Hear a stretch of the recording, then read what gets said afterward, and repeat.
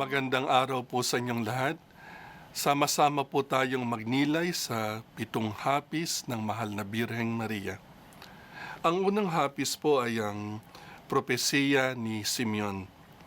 Matatagpuan po natin ito sa 2 kapitulo ng Ebanghelyo ayon kay San Lucas. Pagbasa mula sa mabuting balita ayon kay San Lucas. Binasbasan sila ni Simeon at sinabi kay Maria, "Tandaan mo, ang batang ito'y nakatalaga sa ikapapahamak o ikaliligtas ng marami sa Israel. Siya ang magiging tanda mula sa Diyos, ngunit tutuligsain siya ng marami, kaya't mahahayag ang kanilang iniisip. Dahil dito, magdaranas ka ng matinding kapighatiang parang isang patalim na itinarak sa iyong puso." Ang mabuting balita ng Panginoon. Pinupuri ka namin, Panginoong Hesukristo. Imaginein po natin yung isang napakasayang sitwasyon dapat. Inihain sa templo ang Niño Jesus, kasama ang Mahal na Birheng Maria, ang kanyang ina, at ang kanyang tumayong ama sa lupa, si San Jose. Sa kanilang pag-fulfill ng batas ni Moises na ihain ang panganay, naghain sila at inihandog ang Niño Jesus. Pero ando doon ang isang matandang propeta, si Simeon, na pinakakuan ng Panginoon na hindi siya mamamatay hanggat hindi niya nakikita ang manunubos. Nakakatuwa nga po yung salitang manunubos Sa mga sanay po sa sanglaan, di po ba may dalawang bahagi dyan, At least dalawang pila, sangla at tubos. Anong araw na tagasangla ako ng tatay ko ng kanyang mga jewelry. Malungkot pag ang pila mo sa sangla kasi hindi mo alam kailan ka makakabayad Maski interest para hindi masubasta yung jewelry mo. Pero masaya kapag ang pila ay tubos, alam mong may bayad na. Yan po ang concept ng Redeemer, ng manunubos. At alam niya ng si Propetang Simeon, nasangla na ng sangkatauhan ng kanyang kaluluwa. Dala ng kasalanang personal, dala ng kasalanang mana, nasangla na ng sangkatauhan ng kanyang kaluluwa. Ang kailangan natin ay tutubos. Pero hindi po pwedeng ang tumubos ay tayo-tayong ordinaryong tao sa sobrang talamak ng kasalanan natin. Isipin nyo nga sa Genesis 6:6, bago ang dilubyo ng panahon ni Noah, anong sabi doon ng banal na kasulatan? Sa sobrang talamak ng kasalanan ng tao, nagsisi ang Diyos bakit niya nilikha ang tao. At literally, para masagip tayo, nilunod ng Diyos ang kasalanan. Nilunod niya sa baha, nilunod niya sa tubig. Pero ang pangako ng Diyos, hindi niya na muling uulitin ng pagwasak sa sanlinikha sa pamamagitan ng baha. Alangan namang tuwing papalya tayo sa ating tipan sa Diyos, palagi na lang gugunawi ng mundo. So sa banal na plano ng Diyos, at alam yun ng propetang Simeon, may darating na manunubos. Siya yung pipila sa sanglaan, pero hindi na para paulit-ulit na tutubos. Once and for all and for many. Ito yung sanggol. At nung dumating nga ang Mahal na Birhen, kasama ang Niño Jesus at si San Jose, ay doon sinabi ng propeta sa Mahal na Birhen, isang darang ang mismong that will pierce your soul. That will pierce your soul. At sabi nga ni San Bernardino ng Siena, kung daw yung hinagpis ng Mahal na Birhen ay hahatiin sa lahat ng tao at ibabahagi sa bawat tao ang kanyang hapis at dusa, sabi ni San Bernardino, mamamatay ang bawat isang tao. Ganon katindi ang hilahil at hapis ng Mahal na Birhen. At dito nga sa una na ito ang propesiya ni Simeon ay ang pasimula. It was expressed explicitly to the Virgin Mary. A sword shall pierce your soul, so that the thoughts of many may be revealed. Sa kasamaang palad po, ano yung thoughts that may be revealed?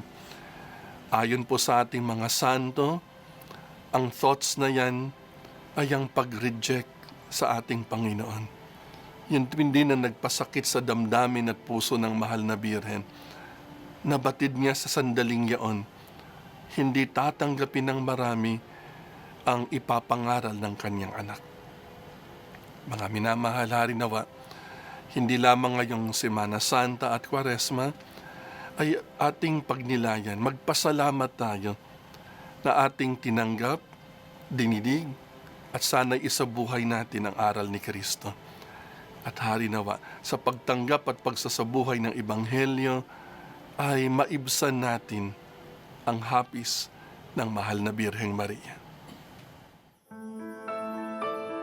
Birheng nahahapis tala sa karagatan, mabunying ina at reyna, ilaw ka ng Pilipinas, Birheng dinarangal ng bayang sinisinta.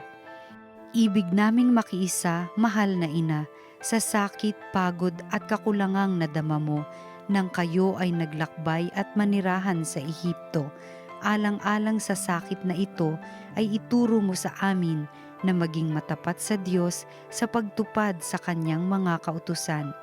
Maging tulad mo nawa kami na matapat, hindi lamang dahil sa udyok ng kautusan, kundi dahil ito ay udyok ng pagmamahal. Laking sindak ang tumimo sa dalisay mong puso, sa pag-uusig noong puno, Herodes haring palalo, sa Ehipto kayo lumagak, upang batang Jesus ay mailigtas. Virhen de la Soledad, sa ami igawad ang buhay na mapalad. Aba, Ginoong Maria, napupuno ka ng grasya, ang Panginoong Diyos ay sumasa iyo, bukod kang pinagpala sa babaing lahat, at pinagpala naman ang iyong anak na si Jesus. Santa Maria, Ina ng Diyos, ipanalangin mo kaming makasalanan, ngayon at kung kami mamamatay. Amen.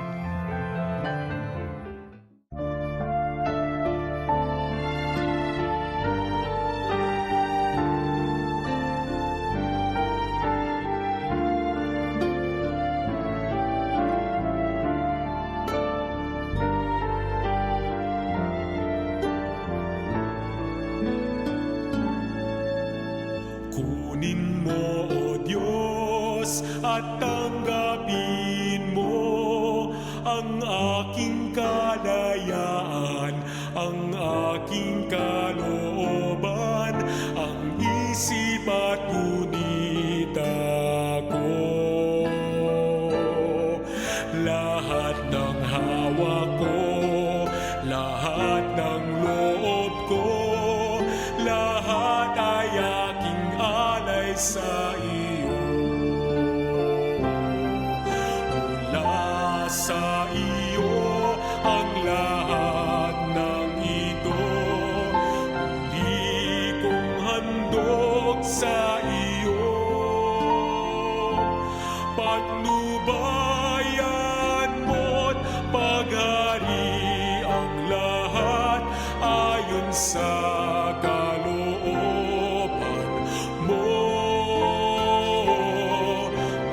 Pag-utos ka, Panginoon ko, tagling tatalima ako. Ipagkaloob mo lamang ang pag-ibig mo, at lahat tataligdan ko. Mula sa iyo ang lahat ng ito, muli kong handog sa iyo.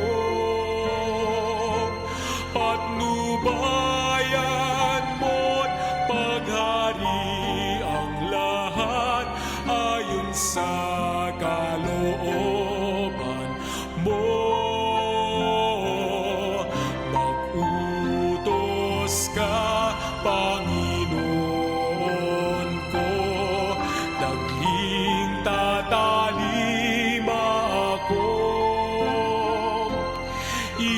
ipagkaloob mo lamang ang pag-ibig mo at lahat tatalikdan ko.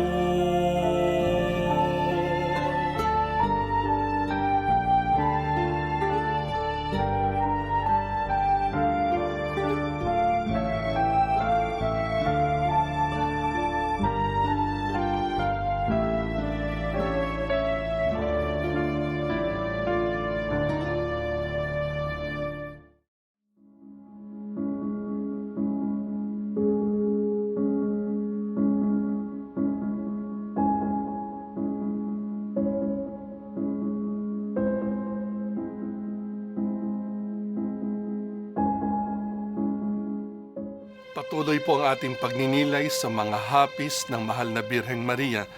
Ang ikalawang hapis ang pagtakas sa Ehipto. Matatagpuan po natin ito sa Ebanghelyo ayon kay San Mateo, Kapitulo 2, versikulo 14. Pagbasa mula sa mabuting balita ayon kay San Mateo. Nang makaalis nga ang mga pantas, ang isang anghel ng Panginoon ay nagpakita kay Jose sa panaginip na nagsasabi, "Magbangon ka at dalhin mo ang sanggol at ang kaniyang ina at tumakas ka hanggang sa Ehipto at dumuon ka hanggang sa sabihin ko sa iyo, sapagkat hahanapin ni Herodes ang sanggol upang siya'y puksain." At siya'y nagbangon at dinala ang sanggol at ang ina nito ng kinagabihan at napasa Ehipto at dumuon hanggang sa pagkamatay ni Herodes upang maganap ang sinabi ng Panginoon sa pamamagitan ng propeta na nagsabi, "Mula sa Ehipto ay tinawag ko ang aking anak." Ang mabuting balita ng Panginoon. Pinupuri ka namin, Panginoong Hesukristo. Ito po yung kilos ni San Jose na, by the way, ang taon na ito ay inilaan sa kanya ng simbahan. Dito po sa ikalawang hapis ng Mahal na Birheng Maria ay makita din natin ang discernment and wisdom ni San Jose. Kung paano po sa lumang tipan ay mayroong nanaginip na Jose at nagbigay daan upang siya ay maging gobernador ng Ehipto at makatulong sa dumating na tagtuyot at tagutom sa gitnang silangan ng panahong yaon. Sa bagong tipan naman po ay mayroon ding Jose. Sa pagkakataong ito ay siya ang provider ng banal na pamilya. Sa likod po ng pagtakas sa Ehipto ay mayroong isang napakasakit na pangyayari na tiyak natin ay ikinahinagpis ng Mahal na Birhen. Ano po yan? The massacre of the innocents. Nalala po ninyo si Herodes? Nung nabalitaan niyang yung mga haring mago ay nag-iba ng daan, pauwi sa kanilang mga bansa, at hindi niya natagpuan ang bagong sanggol na manunubos, nagdesisyon siyang patayin ang mga sanggol. Again, we use our imagination. Ano yung gospel scene doon? Ando doon ng order na paslangin lahat ng mga sanggol. The children were being sacrificed at the altar of greed ni Herodes. At ang banal na pamilya kailangang tumakas. Ang Mahal na Birhen na nagpapalaki ng anak, na nagnanais na stable ang pamilya, wala silang choice.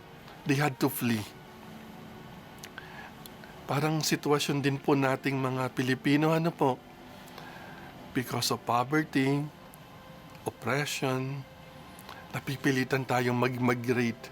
Internal migration kapag merong mga local strife, local killings, local violence, napipilitang meron tayong internal refugees. Then because of poverty naman, nagiging international migration tayo.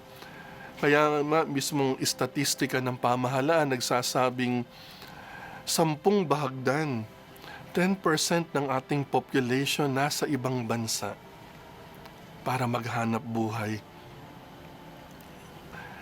Hindi po tayo nakakaligtaan ng Diyos, mga minamahal, lalo ng mga migrants at mga overseas Filipino workers. Nadama po yan ng banal na pamilya. Paano ang may migrate? Paano ang kailangang lumisan sa sarilang bansa because of oppression? Kailangan maghanap buhay sa ibang bansa dahil kailangan. Yan ang hinagpis ng mahal na birhen. Kailangang tumakas. Pinapatay ang mga sanggol. Pinapatay ang mga bata, mga maralita. Mga minamahal, ang hinagpis ng mahal na birhen noon, patuloy pa rin hanggang ngayon. Ang uhaw ng sambayanan para sa katarungan, ang uhaw ng sambayanan para malagpasan natin ang karalitaan.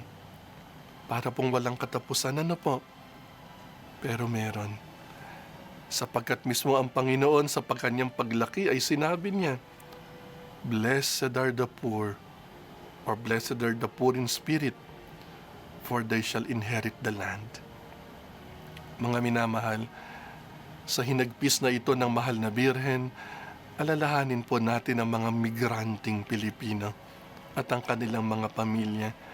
Hari naway, bigyan sila ng tunay na kaunlaran at kapayapaan. Pagpalain lahat tayo ng Panginoon. Birheng nahahapis tala sa karagatan, mabunying ina at reyna, ilaw ka ng Pilipinas, birheng dinarangal ng bayang sinisinta. Ibig naming makiisa, mahal na ina, sa sakit, pagod at kakulangang nadama mo, nang kayo ay naglakbay at manirahan sa Ehipto.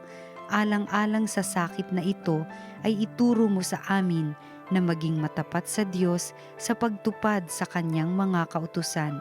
Maging tulad mo nawa kami na matapat, hindi lamang dahil sa udyok ng kautusan, kundi dahil ito ay udyok ng pagmamahal.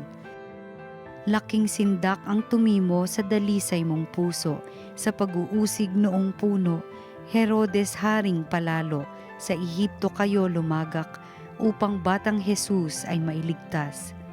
Virhen de la Soledad, sa ami igawad ang buhay na mapalad.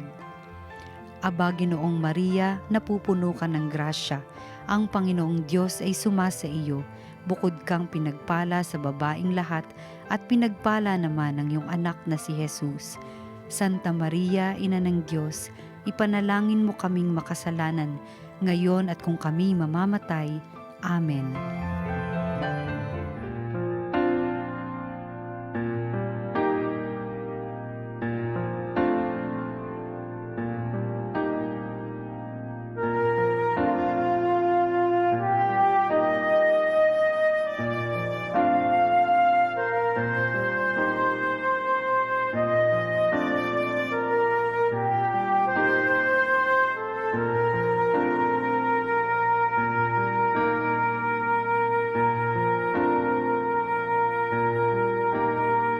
Sa iyong kandungan aking natikman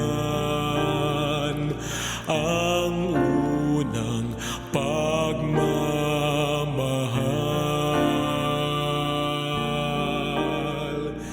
Kahit musmus pa, nariyan ka na, kapiling ka aking ina. Hanggang sa pagtulog, ikaw ang kasama, hanggang sa buong magdamag.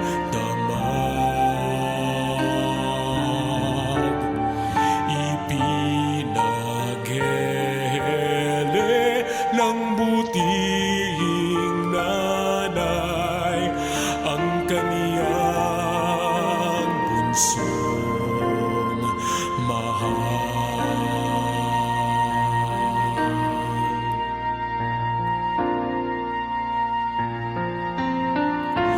Kahit kailan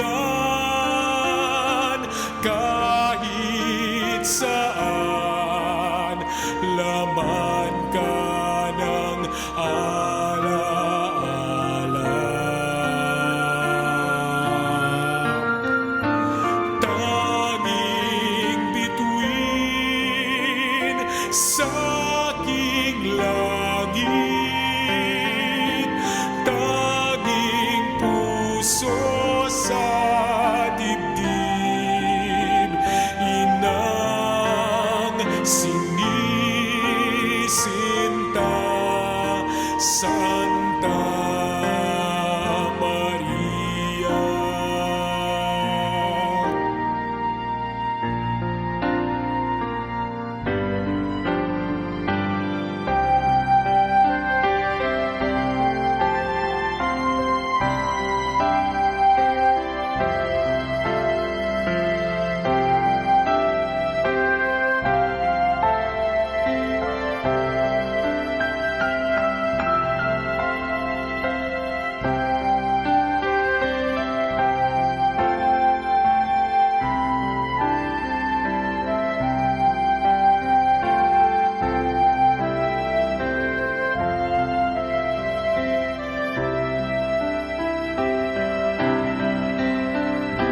Kahit kailan, kahit saan, laman ka ng alaala.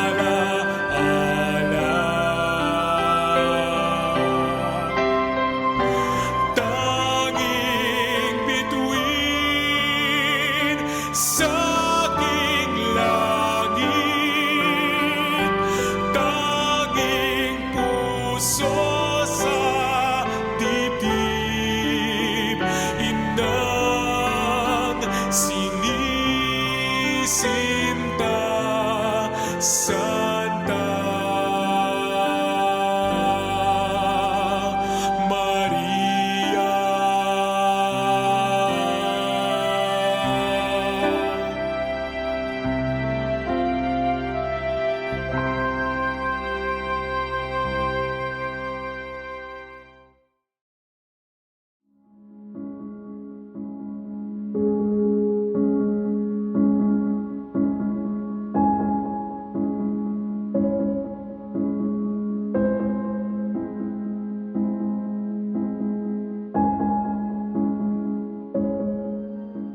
Mga minamahal, patuloy po ang ating pagninilay sa mga hapis ng mahal na Birheng Maria. Ang kanyang ikatlong hapis, ang pagkawala ng Niño Jesus sa banal na templo.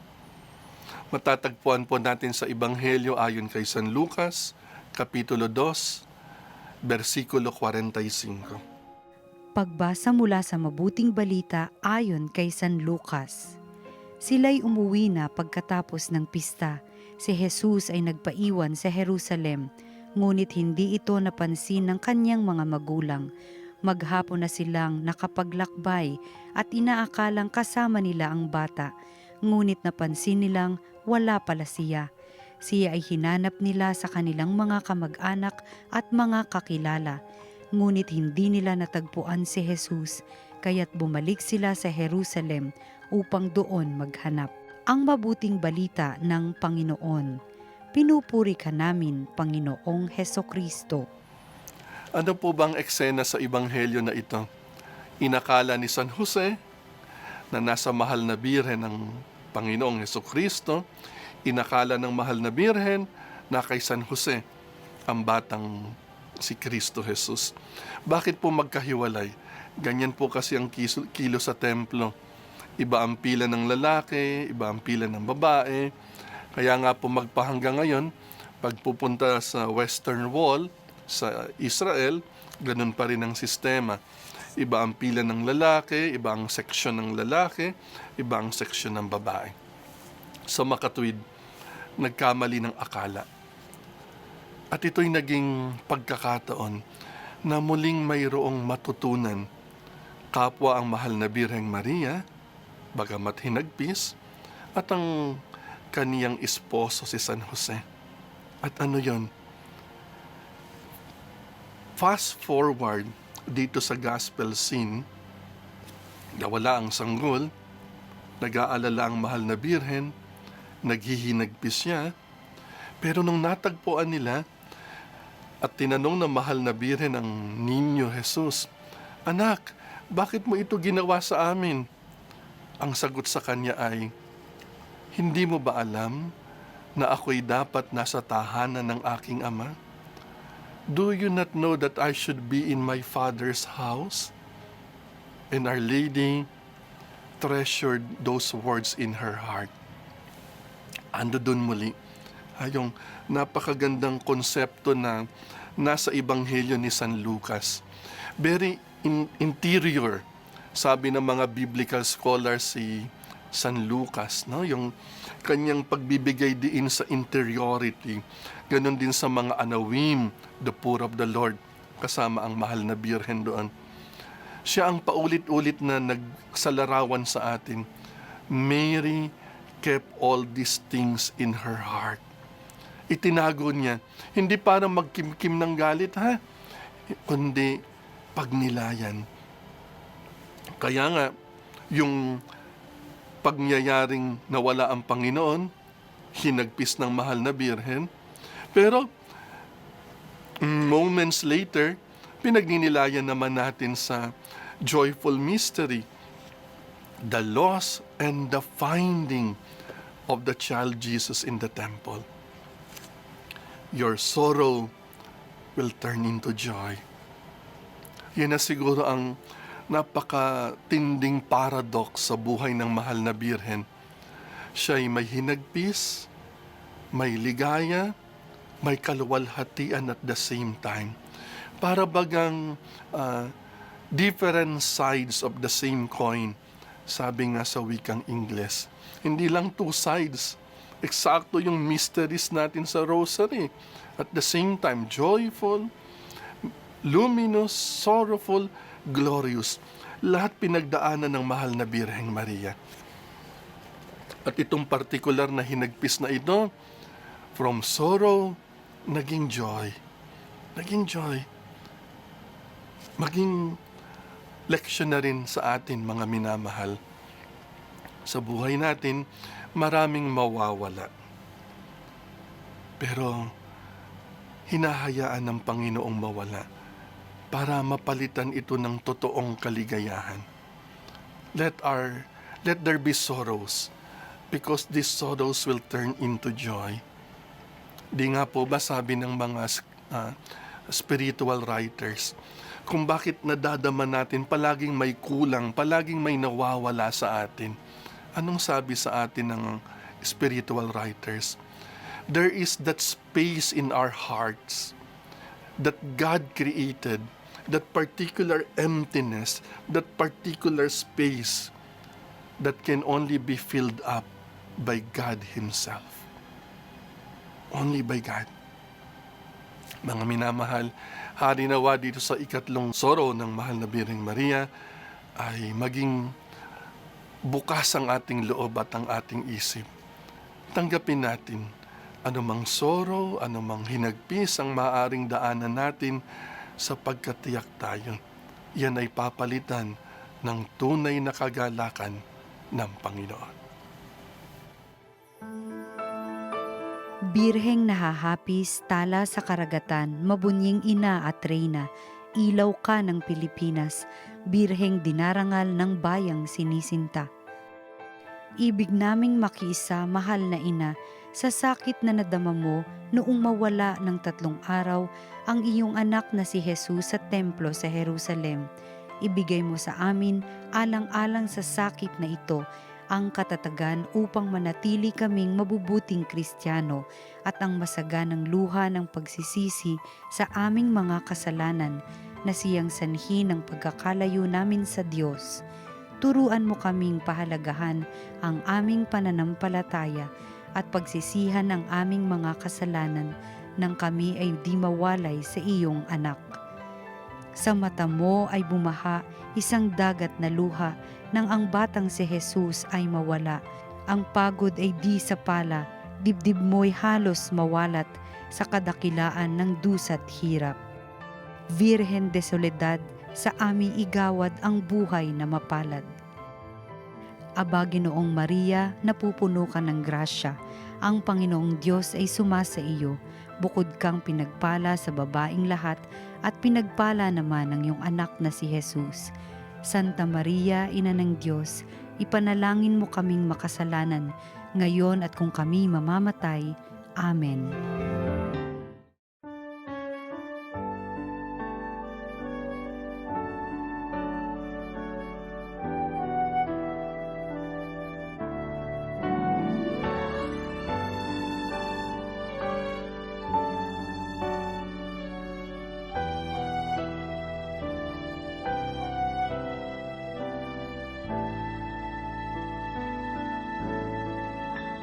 O Diyos, Ikaw ang laging hanap.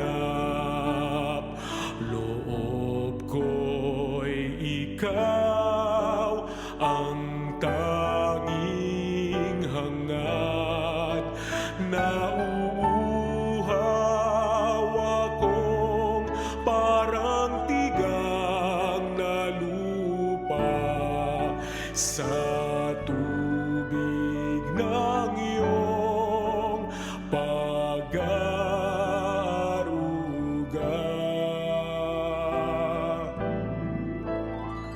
Ika'y pagmamasdan sa dakong banal.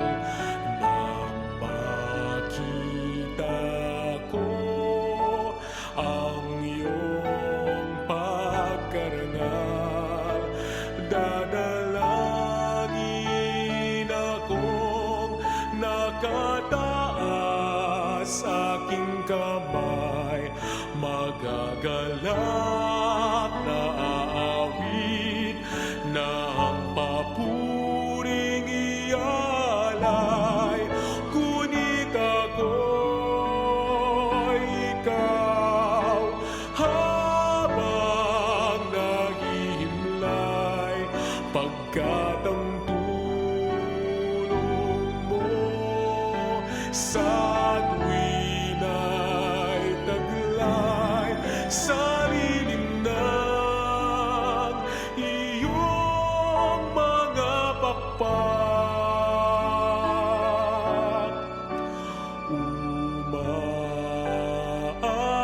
Umaawit akong buong galak.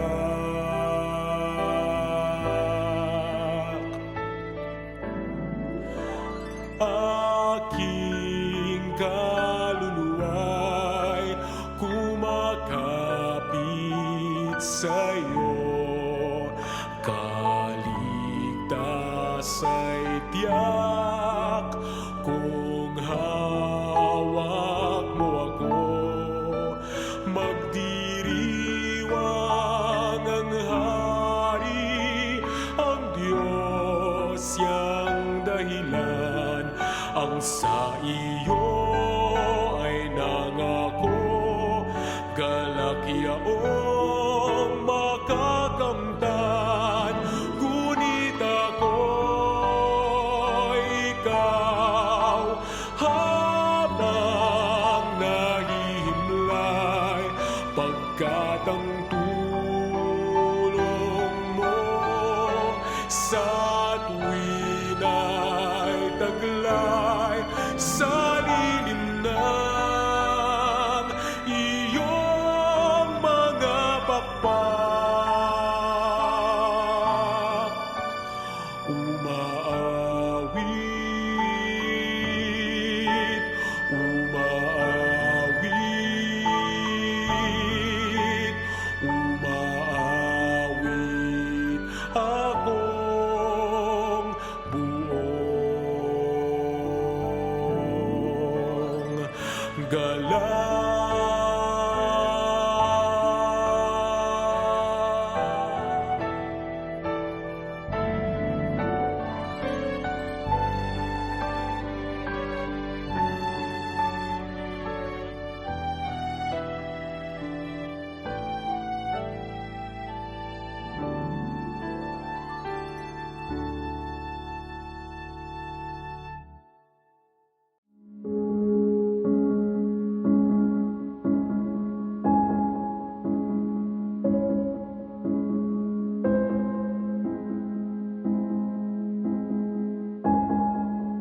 Patuloy mga minamahal ang ating pagninilay sa mga hapis ng mahal na Birheng Maria. Ang ika-4, Mary meets Jesus on the way to Calvary.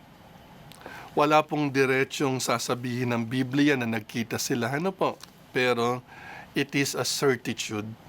Dahil nasa paanan ng krus ang mahal na Birhen, sigurado tayong along the way of the cross, ando doon ang mahal na Birheng Maria. Ang gamitin nating biblical reference ay ang lumang tipan sa pagkakataong ito. Ano ang hinagpis na dadaanan ng ating manunubos? Isaiah Kapitulo 53, versikulo 7. Pagbasa mula sa sulat ni Propeta Isaías. Siya ay binugbog at pinahirapan, ngunit hindi kumibo kahit isang salita. Tulad ay tupang nakatakdang patayin, parang korderong hindi tumututol kahit nagupitan at hindi umiimik kahit kaunti man. Ang salita ng Diyos. Salamat sa Diyos. Naalala niyo mga minamahal noong Pasko ng kapanganakan? Di ba sabi sa atin ay ang Panginoon ay nung pinanganak, siya'y nasa sabsaban, binalot ng lampin. And then nung i-announce yung kanyang kapanganakan, ay sinabi ito, hindi kung sino-sino, to a particular group, to the shepherds. Ayon po sa aklat ni Pope Emeritus Benedict XVI, yung tungkol sa infancy narrative, yun daw mga shepherds na yon sa area na yun ng Bethlehem, ng ganong panahon ng Disyembre, sila ay nagpapalaki ng mga tupa. Pero hindi basta mga tupa. Mga tupa na yun ang pinalalaki sapagkat pagdating ng Passover, bandang Marso o Abril, yung mga tupa na yun ang iaalay sa templo. At ano pang sabi sa kanila ng anghel? Pumunta kayo sa sabsaban. Makikita nyo ang sanggol nakabalot sa lampin. Alam nyo, para pala sa mga shepherds na yon, yung mga tupa na iaalay sa templo dapat ay unblemished, walang depekto yung tupa na iaalay sa templo, binabalot nila sa lampin, believe it or not. Hindi lang para hindi malamigan sa gitna ng winter ng Disyembre, kundi para mapangalagaan.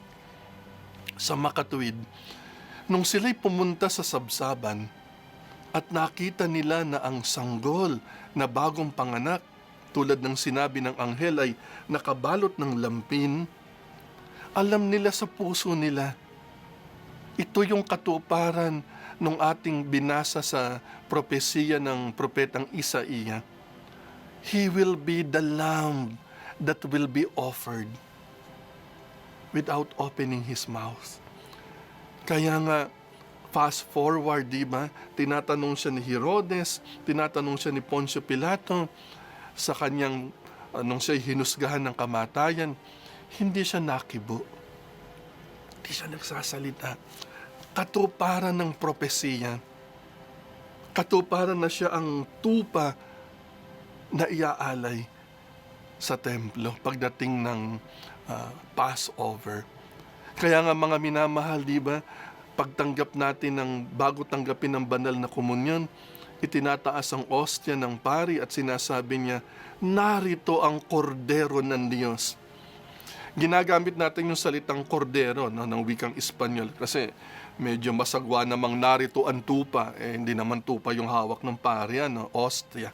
So, behold the Lamb of God who takes away the sins of the world.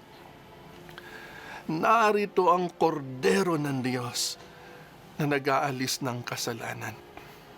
Ito yon mga minamahal.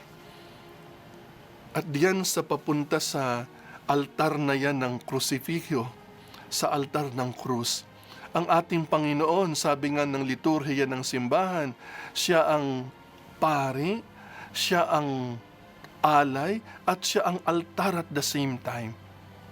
At sa paglalakad na yan, sa pagharap niya sa kamatayan, nakaharap niya ang mahal na birhen, nakasalubong niya. O, better yet, sinalubong siya ng mahal na birhen. Mga minamahal, tayo rin dadaan sa sarili nating Via Crucis. Dahil sinabi yun ng Panginoon hindi tayo makasusunod sa Kanya kung hindi natin bubuhatin ang sarili nating krus at buhatin natin araw-araw. But let us be comforted. As our Lord met His mother along the way of the cross, in our own ways of the cross, Our Lady will meet us to comfort us and to encourage us. Mga minamahal, hari nawa ang mahal na Birheng Maria sa kanyang hapis at kagalakan at walhati, bigyan tayo ng lakas ng loob sa ating pagbubuhat ng araw-araw nating krus. Birheng nahahapis tala sa karagatan, mabunying ina at reyna, ilaw ka ng Pilipinas, birheng dinarangal ng bayang sinisinta. Ibig naming makiisa, mahal na ina, sa sakit na nadamwa mo noong makita mo ang kahabag-habag na lagay ni Hesukristong nagpapasa ng krus patungong Kalbaryo. Pinaghihilahan, inaalipustat, minumura ng mga tampalasang Hudyo. Ibigay mo po sa amin alang-alang sa sakit na ito, ang katatagan ng loob na tanggapin sa lahat ng pagkakataon ang kalooban ng Ama, sapagkat sa gayong paraan lamang maaaring matamasa ang tamis ng krus ni Kristo at mayakap ito ng buong pagmamahal at matagumpay na pasanin sa aming buhay. Lubhang namamanglaw na ina ng lalong nagpakasakit na anak, nadarama namin ang kapighatiang iyong naranasan nang ikaw ay manaog sa bundok ng Kalbaryo, na kung saan sinundan mo ang iyong nagpapakasakit na anak. Nais naming tangisan ang mga kasamaang dulot ng pakikitungo namin at pakikiisa sa mga masasamang gawain, mga kasamaang nagwawalay sa amin sa pagpapala ng iyong anak. Tulungan mo kaming makamtan ang kaliwanagan ng pag-iisip upang maunawaan namin ang aming mga kamalian at makatahak sa tamang landas ng buhay. At kung magiging marapat sa kapurihan niya at sa kagalingan ng aming kaluluwa, ay ipagkaloob nawa sa amin ang biyayang ninanasa namin dito sa septenaryong ito. Siya nawa. O namimighating ina, mukhay di na makilala ng anak mong sinisinta, sa lansangay nagdurusa, dala ang krus na mabigat, ang dugo'y dumadanak. Virhen de la Soledad, sa ami igawad ang buhay na mapalad. Aba, Ginoong Maria, napupuno ka ng grasya, ang Panginoong Diyos ay sumasa iyo, bukod kang pinagpala sa babaing lahat, at pinagpala naman ang iyong anak na si Jesus. Santa Maria, Ina ng Diyos, ipanalangin mo kaming makasalanan, ngayon at kung kami mamamatay. Amen.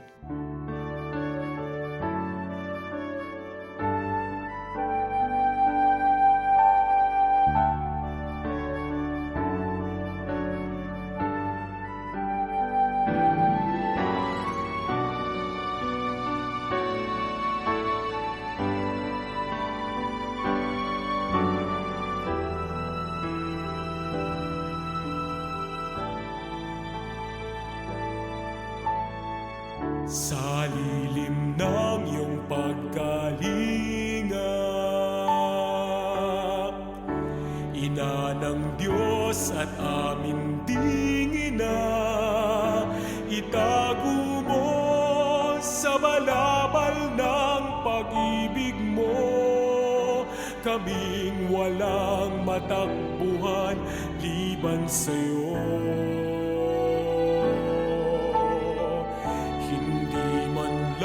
Sumagi sa aming gunita, na sino mang nanikluhod sa'yo, Ina, ay di mo sinagip o di mo dininig sa tuwing dumadaing at lumuluha.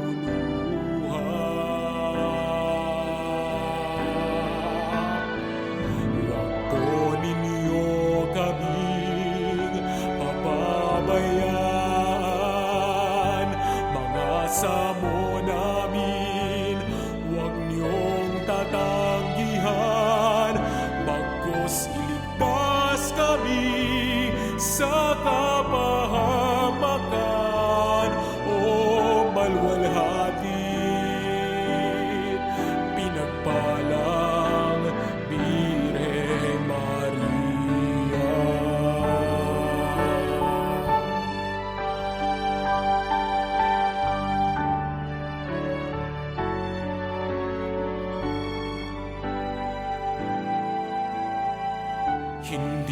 man lang sumagi sa aming gunita,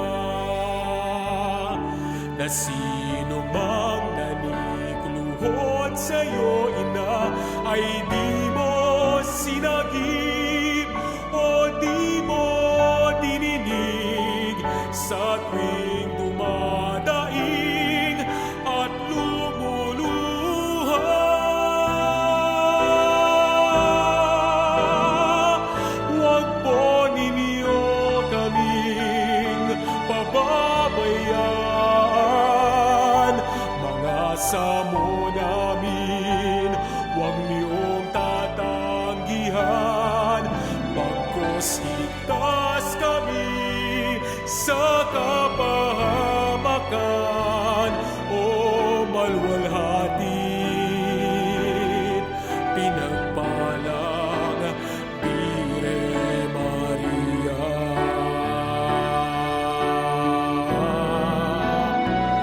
Huwag po ninyo kaming pababayaan, mga samo namin, huwag niyong tatanggihan, bagkus iligtas kami sa kapahamakan o malwalhatin. Pinagpalang Bireng Maria.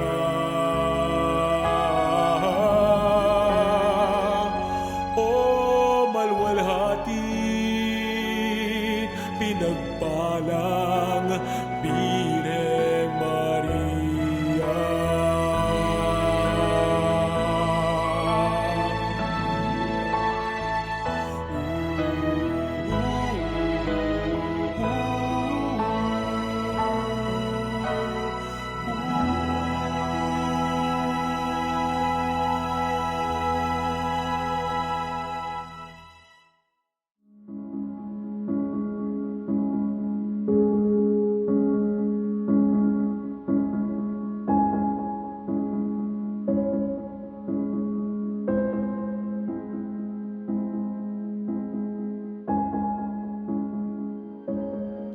Mga minamahal, patuloy ang ating pagninilay sa mga hapis ng mahal na Birheng Maria. Ang kanyang ikalimang hapis, ang pagkamatay ni Hesukristo sa krus. Matutunghayan po natin ito sa banal na ebanghelyo ayon kay San Juan, Kapitulo 19, versikulos 26 hanggang 27. Pagbasa mula sa Mabuting Balita ayon kay San Juan. Nakatayo sa tabi ng krus ni Jesus ang kanyang ina at ang kapatid nitong babae, si Maria na asawa ni Cleopas at si Maria Magdalena. Nang makita ni Jesus ang kanyang ina at ang minamahal niyang alagad na nasa tabi nito, sinabi niya, "Ina, narito ang iyong anak." At sinabi niya sa alagad, "Narito ang iyong ina." Mula noon sa bahay na ng alagad na ito tumira ang ina ni Jesus. Ang mabuting balita ng Panginoon. Pinupuri ka namin, Panginoong Hesukristo. Naalala niyo po isa sa mga tinaguri ang huling kataga ng Panginoon sa krus? Isa sa 7 na yaon. Anong sabi niya? It is finished. It is consummated. Bakit niya nasabi yan? Dahil ba siya'y mamamatay na? Hindi po, higit doon. Dahil alam niya na isa katuparan na niya ang pagliligtas sa atin. It is finished. And in a sense, tapos na rin ang demonyo. Naggapinan niya. Kaya nga, ito pong salita ditong, "Woman, behold thy son." Di niyo po napansin, napaka-consistent ng Panginoon sa Ebanghelyo ayon kay San Juan. Sa himala, sa kasalan sa Cana, anong sabi niya sa mahal na Birhen? "Woman, it is not yet my hour." Ngayon naman, "Woman, behold thy son." Bakit hindi niya tinatawag na mother? Bakit woman? Ayon po sa mga biblical scholars at mga Mariologon, sapagkat ito'y pinapaalala sa atin ng Panginoon sa pamamagitan ni San Juan Evangelista ang Genesis 3:15. Nung nagkasala si Adan at si Eva at kinonfronta ng Diyos si Adan and then si Eva and then finally ang serpiente, anong sinabi ng Panginoon? I will put enmity between you and the woman. Sino yung woman? Kaya ayon po sa mga Mariologo at Bible scholars, kaya paulit-ulit si San Juan, Evangelista, na ang sinasabi ng Panginoon in reference to His mother Mary, woman, woman. Siya ang katuparan ng babae sa aklat ng Genesis, yung pinangako ng Diyos na gagapi, makikipaglaban, makikipagtunggalian sa serpiente. That woman promised by God is none other than the Virgin Mary. At doon sa paanan ng krus, kaya nga na-compose yung napakagandang awit sa Latin, Stabat Mater Dolorosa, Juxta Crucem Lacrimosa. Near the cross stood His mother. At sabi sa atin ng mga scholars naman ng Latin language, Stabat, hindi siya nananaghoy doon na nagwawala-wala. Di ba sa atin, parang ginagawa na natin katatawanan. Kapag daw may naglilibing at nagwawala yung mga namatayan, umaatungal, nagsisisigaw at isama mo na ako sa kamatayan, isama mo na ako sa libingan. Itulak mo, ayaw naman, sumama, ano po? Hindi ganyan. Our mother was not a hysterical mother. She was strong and firm at the foot of the cross. A mulier fortis, a strong woman of faith. Yan ang mahal na Birheng Maria. And at the foot of the cross, nung mamatay ang kanyang anak, ando na mahal na Birhen. Totoo, naghihinagpis, sorrowful but strong. That is our mother.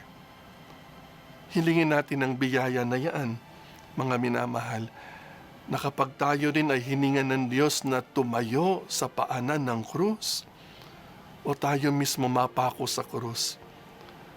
Tulad ng mahal na Birhen, there will be sorrow, but strong. Strong till the end, at the foot of the cross of Christ.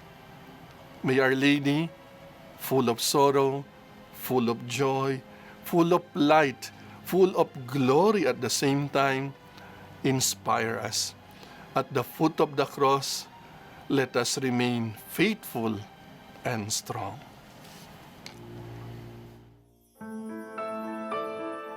Birheng nahahapis tala sa karagatan, mabunying ina at reyna, ilaw ka ng Pilipinas, birheng dinarangal ng bayang sinisinta. Sa huling hantungan ng iyong anak, naroon ka rin mahal na ina, upang kahit sa huling sandali, maghain sa kanya ng pagmamahal at upang ihain din sa Ama ang iyong sarili, kaisa ng pag-aalay ng sarili ng Diyos, anak. Sinundan mo siya hanggang sa krus.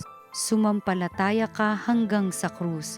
Ang krus nga ang palatandaan ng pagiging tunay na Kristiyano at krus din ang dahilan kung bakit mahirap sumunod sa Panginoon.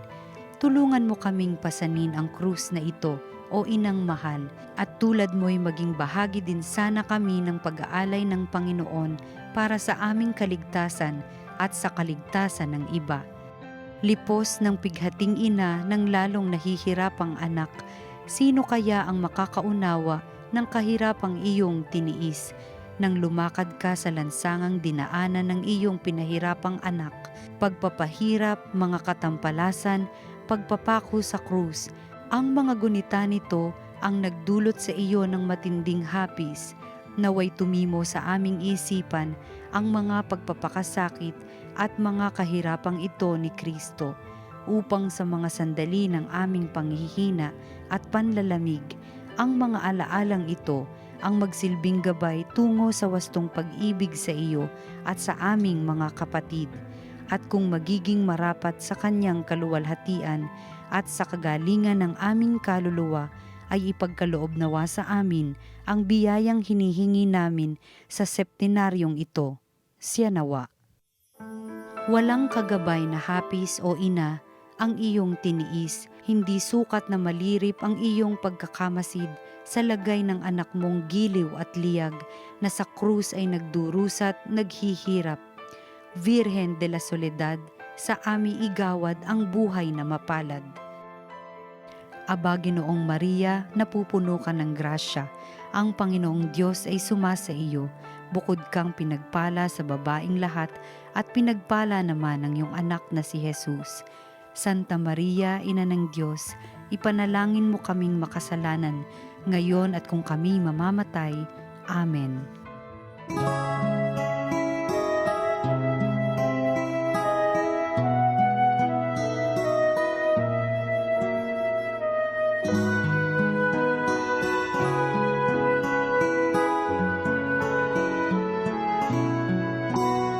Hindi sa langit mong pangako sa akin, ako naaakit na kita'y mahalin, at hindi sa apoy kahit anong lagim ako mapipilit nginig kang sambahin. Naaakit ako nang ika'y mamalas, nakapako sa krus, hinahabag-habag. Naaakit ng iyong katawang may sugat, at nang tinanggap mong kamatay at libag, naaakit ako ng iyong pag-ibig, kaya't mahal kita kahit walang langit, kahit walang apoy, sa'yo'y manginginig. Huwag nang mag-abala upang ibigin ka, pagkat kung pag-asa'y bula lamang pala, walang magbabago, mahal pa rin kita.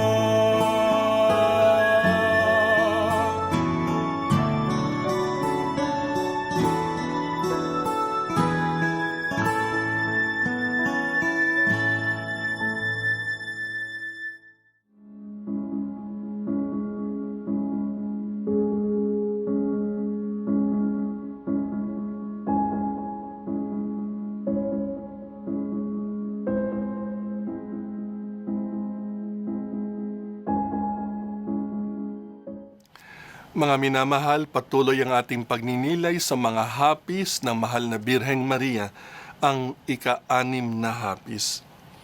Mary receives the dead body of Jesus.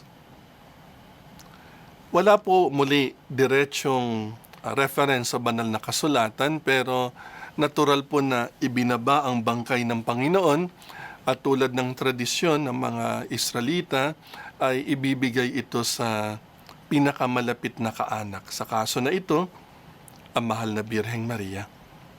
Tunghayan po natin instead ang referensya natin muli sa propesiya ni Propetang Isaías, Kapitulo 53, versikulo 5. Pagbasa mula sa sulat ni Propeta Isaías. Ngunit dahil sa ating mga kasalanan, kaya siya nasugatan. Siya ay binugbog dahil sa ating kasamaan. tayo ay gumaling dahil sa pahirap na dinanas niya at sa mga hampas na kanyang tinanggap.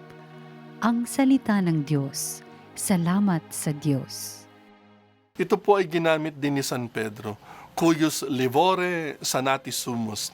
By His wounds, we have been healed. Ang reference po nito ay naalala natin para i-check nila dahil Biyernes Santo na ng dapit hapon, magsisimula ang Sabat, paglubog ng araw, kailangan mailibing na ang mga bangkay. Otherwise, they would be ritually unclean. So para sigurado nilang patay na ang Panginoong Hesukristo, they pierce His side with a lance. So ito yung reference noon, ano? By His wounds we have been healed. Not only the pierced side, but all the wounds of the Lord. Cuius livore sanatis sumus. By His wounds we have been healed. Ito rin pong eksena na ito sa Ebanghelyo ay napakatanyag kaya naging object of art ni Michelangelo, yung Pieta. Kaya po, very famous yun, ano? Yung pagbaba ng bangkay ng Panginoon, ibinigay sa mahal na birhen at sinalon niya, the Pieta, ang Pieta, ang pagmamakaawa, ang hinagpis more or less. At bilang ina, we can only imagine, again, entering into that scene in the gospel event. Bilang nana, yung pakiramdam niya. Nung pinanganak ang Panginoon, na ang Diyos ay nagkatawang tao, et verbum caro factum est, and the Word was made flesh, sino ang unang nakita ng Panginoon? Nung siya'y nagkatawang tao, ang unang niyang nakita nang binukas niya ang mga mata niya bilang sanggol, ang mahal na birhen. At ngayong siya'y namatay, ang huli rin niyang nakita ay walang iba, kundi ang kanyang mahal na ina. The first that he saw and the last that he saw was the Blessed Virgin Mary, ang nanay niya. Kaya nga po, fast forward sa ating tradisyon ng mga Pilipino na salubong, kahit walang direct reference sa Biblia, alam natin na ang unang nakaalam na nabuhay ang kanyang anak na muli ay si mahal na Birheng Maria. Alam niya yan sa puso niya. Alam niya ang lahat ng plano ng Diyos. Pero alam din niya yung hapis na dadaanan niya. And what pain she had to go through. Yung hawak niya yung sarili niyang anak. Bangkay na. Her consolation is yung sinabi ng propeta Isaías, Cuius livore sanatis sumus. By His wounds, we have been healed. Naalala niyo po si Pope St. John Paul II, Pope St. John Paul the Great. Naglabas siya noong encyclical na Salvifici Doloris, the redemptive meaning of human suffering. May kahulugan daw ang paghihirap nating tao. Ang pagdurusa natin, may kahulugan lahat yan. Hindi natin mauunawaan ngayon habang nasa gitna tayo ng hapis at dusa. Pero maging matapang tayo. Buong at bukas loob nating ialay sa Diyos ang lahat ng hapis na ito. At yung sarili nating mga woundedness, others will be healed. Also ourselves. May we have that same attitude, that same interior disposition, that through our own wounds, others might be healed. Hari nawa tuwing makikita natin ang Pieta, ang mahal na birhen na bit-bit niya ang bangkay ng sarili niyang anak, hindi lang tayo bigyan ng tapang, kundi ang lakas ng loob at ang generosidad na maialay ang lahat ng hinagpis at hapis para sa kaligtasan ng marami. Pagpalain tayo ng poong may kapal at hari nawa ang lahat ng hapis at dusa natin ay maging kagalingan ng nakadadami.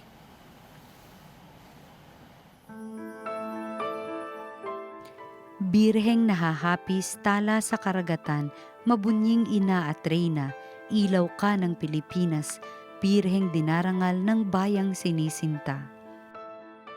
Mahal na ina, isama mo kami sa sakit na nadama mo nang ibaba sa krus at ilagak sa kandungan mo ang walang buhay ng katawan ng iyong anak. Alang-alang sa sakit na ito ay matutunan nawa naming higit na pahalagahan ang Panginoon at hindi ang mga material na bagay at mga kaabalahan na lumilipas at nawawala. Ang pagmamahal nawang ito ay makita sa pag-ibig namin sa aming kapwa, lalong-lalo na sa mga nangangailangan ng mga kalinga. Namimighating ina ng lalong pinasakitang anak, naririyan ka at nag-iisa sa mapanglaw na silid. Ang mapanglaw na gabi ay nagpapahiwatig sa iyo na lumubog na ang araw ng katuwiran. Si Jesus na ngayon ay pinanawa na ng buhay sa bundok ng Kalbaryo. Ang masasayang araw ay nagdudulot ng kaliwanagan ay natapos na. Ibang-iba ang mga sandaling ito kaysa sa nang mapuspos ka ng Espiritu Santo at naglihi sa Kanya. Gayon din nang siya ay isilang sa Bethlehem.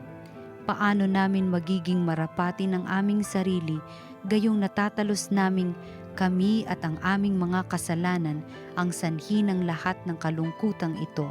Nangangako kami, mahal na ina, pagsusumikapan naming maituwid ang aming mga pagkukulang at pagsusumikapang mamuhay sa katarungan upang makiisa sa Kanya sa Kanyang kaluwalhatian at naway ang mga kahilingan namin sa pamamagitan ng septenaryong ito ay aming makamtan. Siya nawa. Nang nasa iyong kandungan ang kay Jesus na bangkay, birheng inay napasaan ang sa Beleng kaaliwan, na param nangat lumipas ang madlamong tuwang lahat na. Virhen de la Soledad, sa ami igawad ang buhay na mapalad. Aba, Ginoong Maria, napupuno ka ng grasya. Ang Panginoong Diyos ay sumasa iyo. Bukod kang pinagpala sa babaing lahat at pinagpala naman ang iyong anak na si Jesus. Santa Maria, Ina ng Diyos, ipanalangin mo kaming makasalanan, ngayon at kung kami mamamatay. Amen.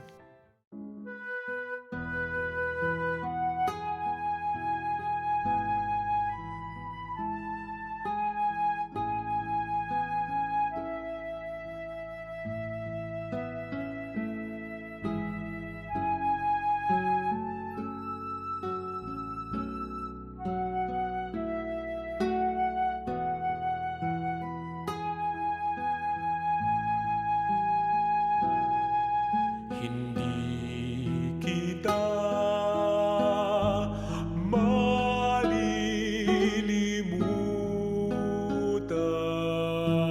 malilimutan, hindi kita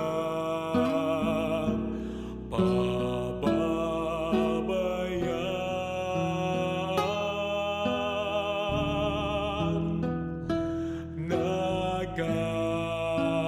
Nagaukit magpakailanman sa aking palad ang iyong pangalan.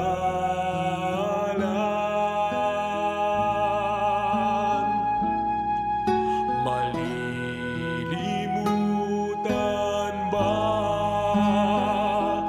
ng ina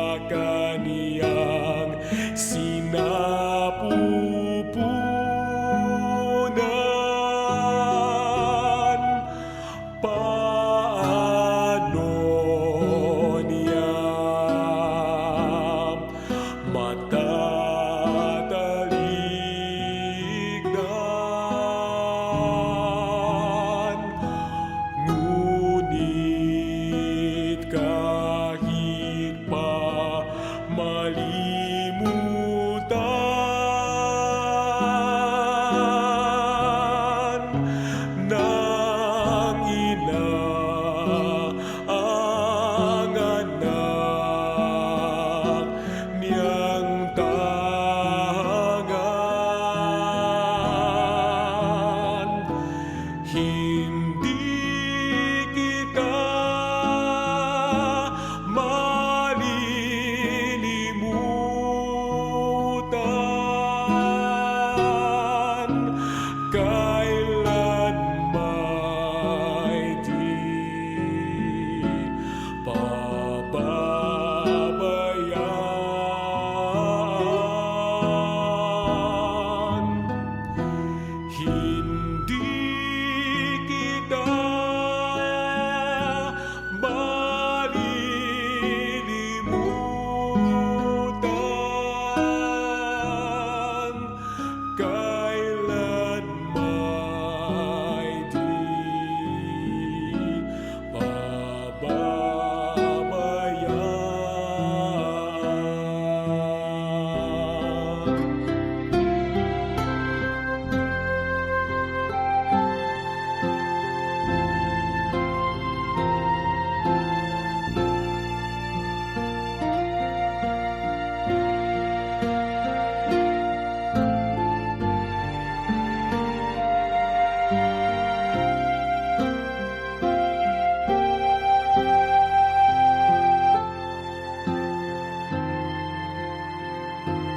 Ngunit kahit pa malimutan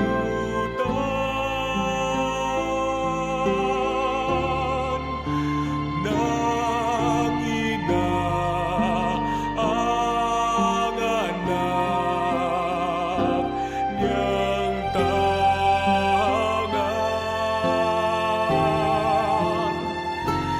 hindi kita malilimutan, kailan may di pababayaan.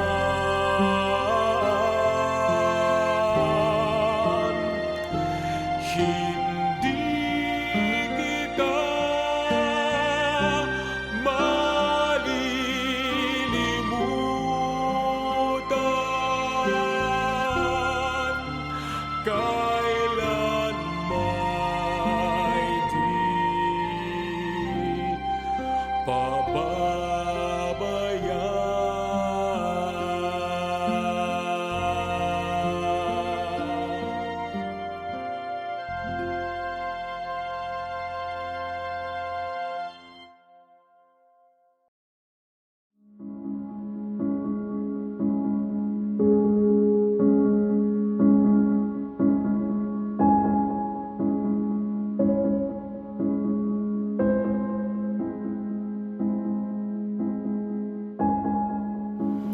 Mga minamahal, patuloy ang ating pagninilay sa pitong hapis ng mahal na Birheng Maria.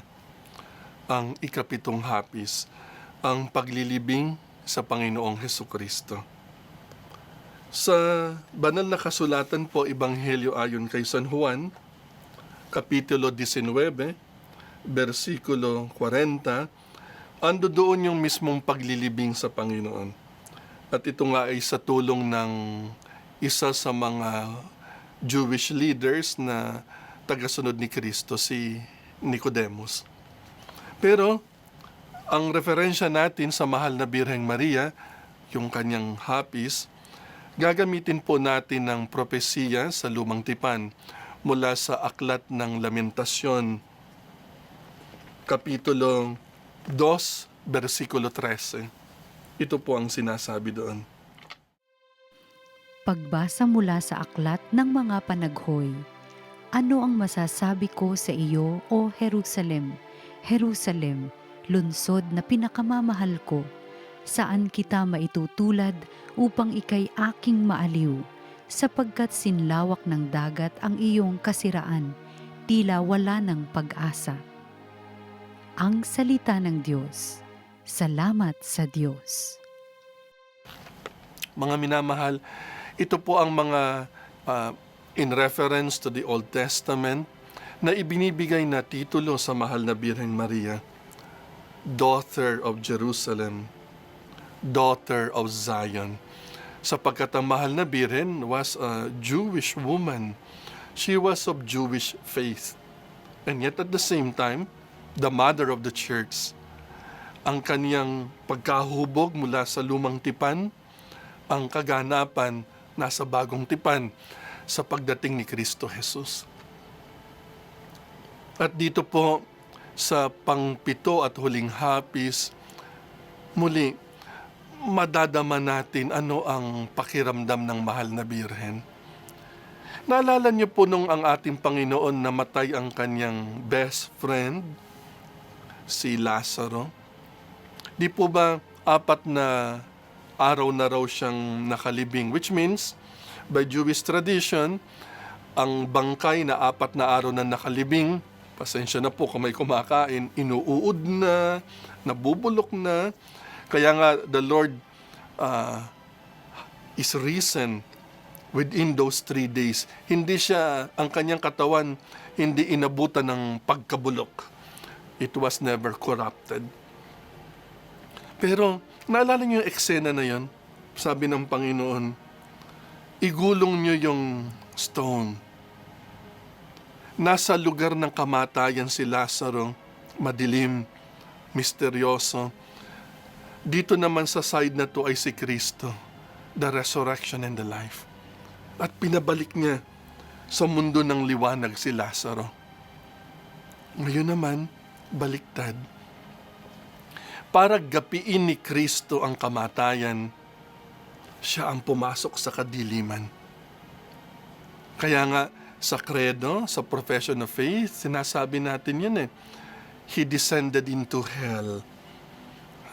Yung hell na small letter, the place of the dead, Sheol, sa wikang Griego, no? The place of the dead. Hindi ito yung Gehenna na impyerno, the place of the dead. Pinuntuhan ng Panginoon yan. At sinara yan. Para bagang nakipagtunggalian si Kristo sa mismong lugar ng kamatayan. He met death in the very place of death, in the darkness and the abyss. And within 3 days, he is risen from the dead. Tagumpay ni Kristo. Pero yung hinagpis ng mahal na birhen doon, sinasara unti-unti yung bato na yan. At maiiwan doon ang bangkay ng kanyang anak. Dala ng mahal na birhen ang pananampalataya, walang duda. Alam niyang muli siyang mabubuhay.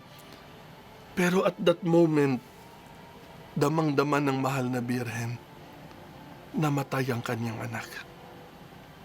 Di ba't kasabihan po, dapat ang naglilibing ay ang anak, nililibing ang magulang, at hindi magulang ang naglilibing sa anak.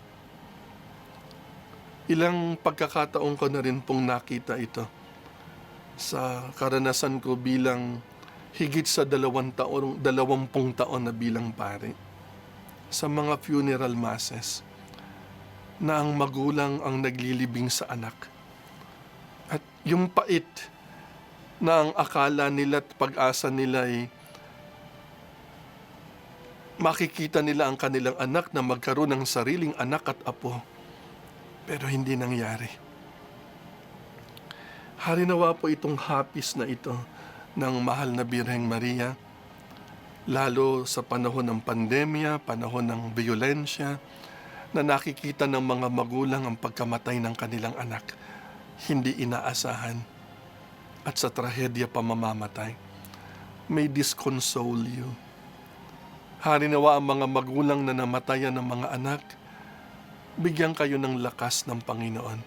Kung papaano nagkaroon ng lakas at tibay ng kalooban ng mahal na Birhen na makita ang kamatayan ng sarili niyang anak. And let us be assured, it will not end in sorrow. Ang lahat ng ito ay hindi matatapos sa Kalbaryo at sa lugar na ito ng paglilibing. It will end with the resurrection of Christ. Mga minamahal, harinawa itong 7 hapis ng mahal na Birhen, bigyan tayo ng lakas ng loob sa sarili nating mga hapis. At higit doon, ay ang dakila at matibay na pag-asa. Pagkatapos ng lahat ng dusa at hapis, ang luwalhati ng muling pagkabuhay. Birheng nahahapis tala sa karagatan, mabunying ina at reyna, ilaw ka ng Pilipinas, birheng dinarangal ng bayang sinisinta. Ibig naming makiisa, mahal na ina, sa pangungulila at pag-iisa, noong mailibing na ang iyong anak. Alang-alang sa sakit na ito, ay madala nawa namin sa aming buhay ang pag-ibig sa Diyos at sa aming kapwa, upang maging amin ang buhay at kamatayan ni Kristo. Kami nawa ay mamatay sa pamamagitan ng pagpapakasakit at pagsisisi sa aming mga kasalanan, nang si Kristo ay mabuhay sa amin sa pamamagitan ng pag-ibig. Maibahagi nawa namin sa iba ang aming buhay, upang maisabuhay namin ang buhay ni Kristong iyong anak. Namimighating ina ng nagpakasakit na anak, nababatid namin ang hirap na iyong nadama. Nang ilagak sa libingan at takpan ng mga taong nagmalasakit ang sugatan at walang buhay na katawan ng iyong anak, alang-alang sa iyong mga pagpapakasakit at pagkalooban mo kami, mahal na ina, ng mga biyayang kakailanganin sa tunay na pagsisisi.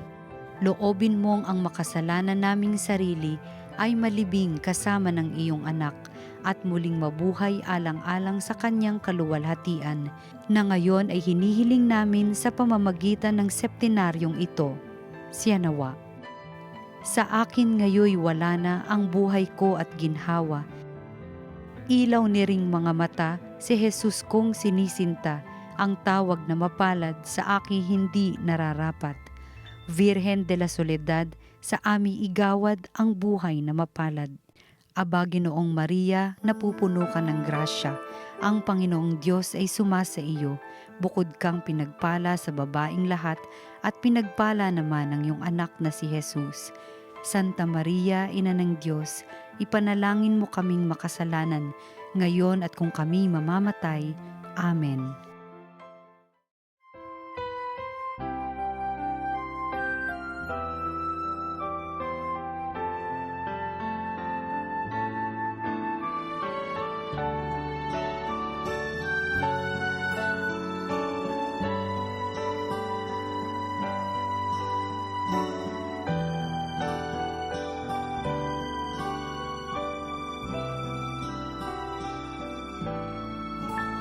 Huwag limutin nakaraang araw. Sariwain kahit balik tanaw. Takip silim di man mapigilan. Sandali lang ang dilim, yung bilangin ang bawat sandali. Kagalakan, wari-walang patid. Magkasama tayo sa pagsapit ng sanglangit sa daigdig. Minamahal kitang tunay, ang tinig ko sa'yo'y bubuhay. Sambitin mo ang aking himig at ako sa iyo'y aawit.